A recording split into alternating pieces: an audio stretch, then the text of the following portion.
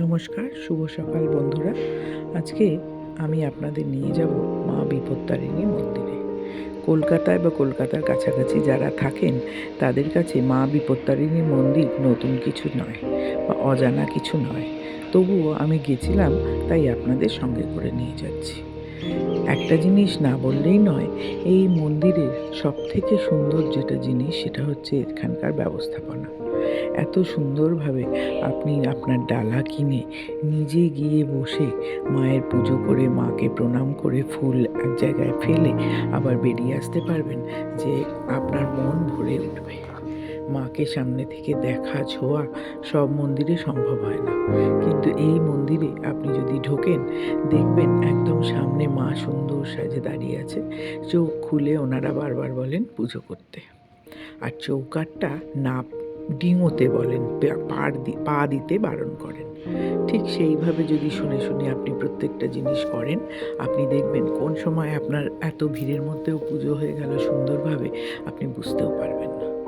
পুজো দেওয়ার পরেই আবার একটা সরু লাইন, সেটার পাশ দিয়ে ঘুরে ঘুরে গিয়ে মায়ের দুটো পা ছুঁয়ে মার দিকে তাকিয়ে প্রণাম করে আপনি বেরিয়ে যাবেন। বেরোনোর মুখে একজন বসে আছেন বাতাসা আর চরণামৃত নিয়ে।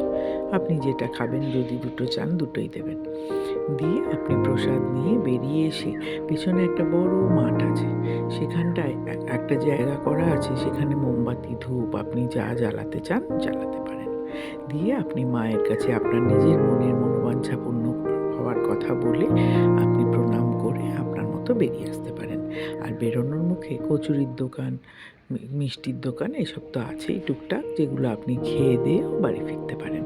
কারণ অনেকে অনেক ভোর ভোর যায়, তারপর খাওয়ার ইচ্ছে হলে এখানে বসে খান। আপনারা আমার সঙ্গে থাকুন, আর ভালো লাগলে প্লিজ চ্যানেলটা সাবস্ক্রাইব করবেন।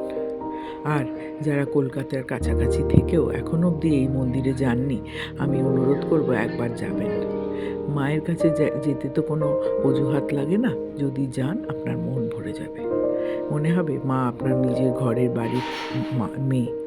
তাই সুন্দরভাবে নিজের মনে পুজো করে আপনি প্রণাম করে বেরিয়ে আসতে পারবেন। আর ভালো লাগলে আরেকবার বলছি, আমার চ্যানেলটা সাবস্ক্রাইব করবেন। ধন্যবাদ।